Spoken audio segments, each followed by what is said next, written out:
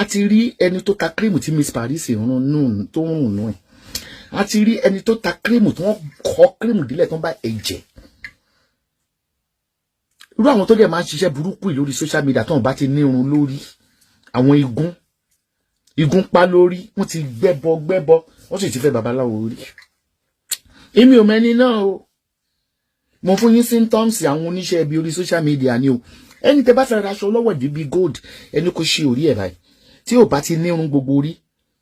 Àwọn sáìn àwọn àjẹ́ yìí gẹ́ fún yín sáìn àwọn àjẹ́, àwọn olórí burúkú arógbájọ mọ́balẹ̀, àwọn ẹyẹ òfò tó ń lo ẹyẹ àṣà tó ń lo olóńgbò ọ̀kà, mọ́tò ni ó pa yín tọmọtọmọ ẹ̀nì rí bá ti ṣe ibi tí ń pa yín mọ́nàmọ́ná kú ni ó pa yín àtàwọn babaláwo tó ń bá yín ṣiṣẹ́.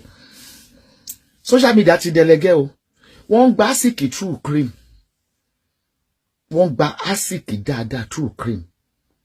Àjẹ́ òsì lórí ta mẹ́ta mọ́ orí social media yìí ni wọ́n wà. Àwọn tó ń kóráwọ̀ èèyàn pátí tẹ̀ ń lọ ni wọ́n wà. Aṣọ tẹ́ ń bá wọn mú wọ́n ń kóráwọ̀ láti bẹ̀. Aṣọ oúnjẹ tẹ́ ń jẹ tó ń fi apẹ ìbílẹ̀ gbé fún yín tí ẹ mọ̀ pé ẹbọ ni wọ́n ń gbé fún yín.